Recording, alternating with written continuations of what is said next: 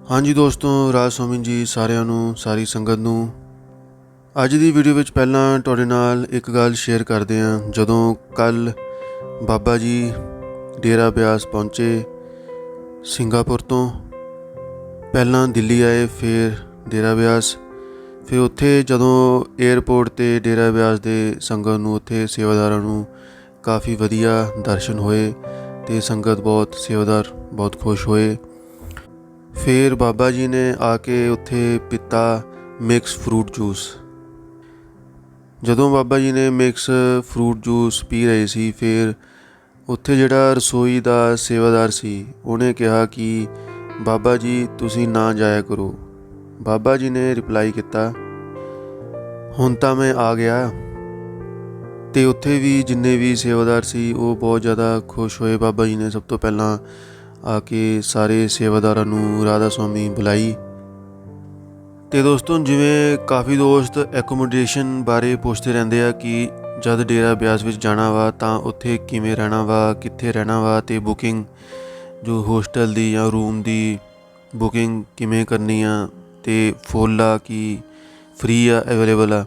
ਤਾਂ ਉਹਦੇ ਲਈ ਡੇਰਾ ਬਿਆਸ ਨੇ ਇੱਕ ਨਵੀਂ ਜਾਣਕਾਰੀ ਅਤੇ ਸਕੀਮ ਜੀ, ਇੱਕ ਹੱਲ ਇਹਦਾ ਕੱਢਿਆ ਵਾ, ਇੱਕ ਨਵੀਂ ਚੀਜ਼ ਸ਼ੁਰੂ ਕੀਤੀ ਹੈ।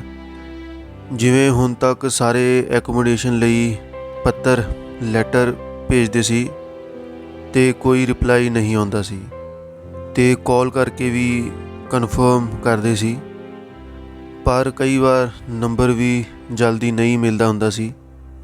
ਤਾਂ ਇਹ ਜਿਹੜੀ ਪਰੇਸ਼ਾਨੀ ਆ, ਇਹਨੂੰ ਦੇਖਦੇ ਹੋਏ ਡੇਰਾ ਬਿਆਸ ਨੇ ਮੋਬਾਈਲ SMS ਦੀ ਇੱਕ ਸੇਵਾ ਸ਼ੁਰੂ ਕੀਤੀ ਆ, SMS ਸੇਵਾ।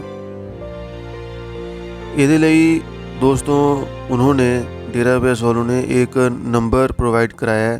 वो नंबर आप मेरे इंस्टाग्राम अकाउंट पर आकर देख सकते हो, मैं वहाँ पे शेयर कर दूँगा स्टोरी पे। वहाँ पे आपको कुछ ऐसा लिखना है कि SMS ABS स्पेस के बाद ID नंबर लिखकर भेजना है। उसके बाद आपको एकोमोडेशन रजिस्ट्रेशन का रिप्लाई मैसेज आ जाएगा। तो कैसी लगी दोस्तों ये आपको सेवा, बता सकते हो आप इंस्टाग्राम पे आकर, आप इंस्टाग्राम पर आप देख लेना क्या नंबर है वो मोबाइल। और बाकी और भी इसके बारे में डिटेल में मैं आपको मैसेज शेयर कर दूंगा इंस्टाग्राम पर। और दोस्तों अब बात करते हैं सोलन दी। सोलन विच ये कुछ शॉर्ट्स क्लिप्स तुसी वीडियोज़ देख सकते हो, सोलन दियाँ फोटोज़। आपां ने व्लॉग भी 2-3 बार बनाया होया वा, वो भी देख सकते हो। तो दोस्तों हुण कुछ अज दे सोलन दे क्वेश्चन आंसरस, जो मेन क्वेश्चन आंसर सिलैक्टिड वंस। किसी ने हजूर जी तो पूछा कि हजूर जी भजन सिमरन दे विच फोकस किवें करना वा। तां हजूर जी ने फरमाया कि जिन्नी आपां प्रैक्टिस करांगे, जितनी हम प्रैक्टिस करेंगे उतनी ज़्यादा हमारे लिए बेहतर है। ਉਹੀ ਪ੍ਰੈਕਟਿਸ ਨੂੰ ਜੇ ਆਪਾਂ ਰੋਜ਼ ਕਰਾਂਗੇ ਤਾਂ ਉਹ ਆਸਾਨ ਹੋ ਜਾਊਗਾ। अगला क्वेश्चन किसी ने पूछा कि जो किसी चीज़ का अगर हमसे कुछ गलत हो जाए तो अगर उसका नतीजा भी बुरा निकले, तो बहुत बड़ा क्वेश्चन था कि उन सब चीज़ों का प्रभाव मेरे ऊपर पड़ गया है, अब समझ में नहीं आ रहा कि मैं क्या करूं। हुजूर जी ने समझाया कि हम में से कोई नहीं जानता कि आज असलियत क्या है। हम अपने मन में बनाई हुई धारणाओं के आधार पर ही जी रहे हैं, जो हमारा मन कहता है। हम असलियत को खोज रहे हैं। अब हमें ज़िंदगी दी गई है सीखने के लिए, और ये हमें समझ आएगी एक्सपीरियंस से, अनुभव से। एक्सपीरियंस ही हमें सब कुछ सिखाता है। जो समझदार होता है उसे और भी निखारता है। सो अगर हम कोई भी कदम उठाएंगे वो हमें कुछ ना कुछ सिखाएगा। सो जब तक आप सीख रहे हो तो कोई भी चिंता करने की बात नहीं है। मगर हम अगर इसे दोहराते हैं, बार बार गलती करते हैं एक ही, बार बार सॉरी बोलना, बार बार गलती वही करना, तो ये आपको प्रॉब्लम में डाल सकता है। तो ये आपके लिए मुसीबत है, आपको भुगतना पड़ेगा। पर अगर आप अपनी गलती से सीखते हो अगर आप अपने आप को सही कर लेते हो, अगर आप सही रास्ता चूज़ कर लेते हो, तो परमात्मा की आप पर दया मेहर बख्शिश है। इसलिए संतुलन होना चाहिए, बैलेंस होना चाहिए। अगला क्वेश्चन किसी ने कर्मों के बारे में, किस्मत के बारे में पूछा था। तो हुजूर जी ने कहा कि हम सभी यहाँ पर हैं तो अपने कर्मों की वजह से हैं, अपनी डेस्टिनी की वजह से हैं। अब ये कहना कि अगर हम कोई भी कर्म नहीं करेंगे तो ये पॉसिबल नहीं है। तो इसलिए जब हम कुछ भी करते हैं तो हमें एहतियात बरतनी चाहिए। डरना नहीं चाहिए, लेकिन होशियार रहें, क्योंकि हर एक कर्म का नतीजा है। कर्मों का कानून ही यही है, जो भी आप करोगे सो वही उसका रिज़ल्ट आपको मिलेगा। अगला क्वेश्चन किसी ने ओवर थिंकिंग के बारे में पूछा, थाट्स के बारे में। तो हुजूर जी ने फरमाया कि ज़्यादा सोचने से आपको कैसे मदद मिलेगी? किसी बात की चिंता करने से क्या कुछ हासिल होगा? क्या कुछ मिलेगा आपको? इससे तो आपके ऊपर और ज़्यादा प्रेशर, दबाव बढ़ता रहेगा।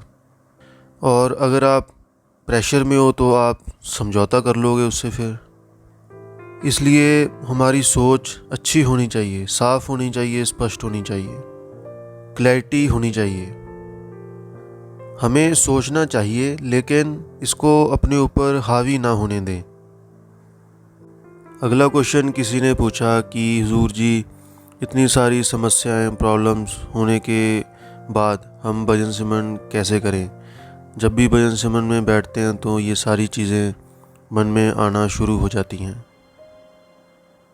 हुजूर जी ने फरमाया कि एक बीमार आदमी को ही दवा की ज़रूरत होती है। वो ये नहीं कहता कि जब मैं ठीक हो जाऊंगा तब दवाई लूँगा।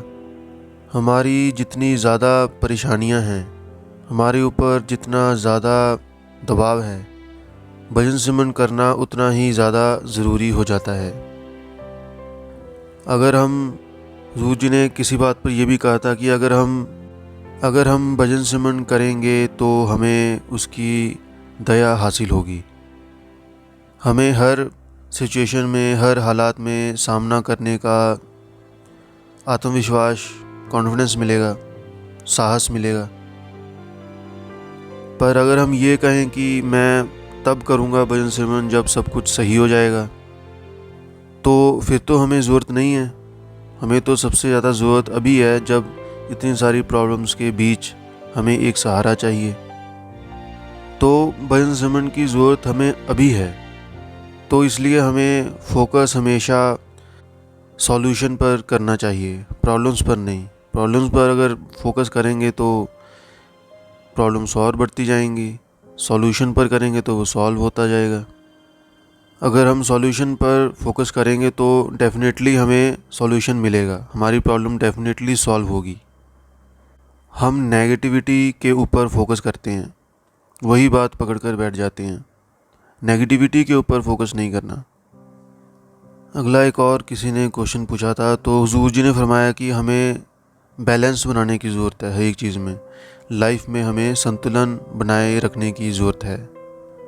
कोई ऐसा वक्त भी होता है जब हमें अपनी ज़िम्मेदारियाँ निभानी पड़ती हैं। कर्म का मतलब ही यही है, ज़िम्मेदारी। अगर हम यहाँ हैं तो हमें, हमारी कुछ ज़िम्मेदारियाँ हैं और हमें उन ज़िम्मेदारियों को निभाना है।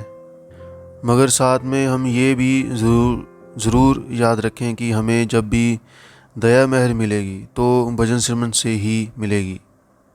ज़िंदगी के इस पहलू को ना भूलें, संतुलन बनाए रखें।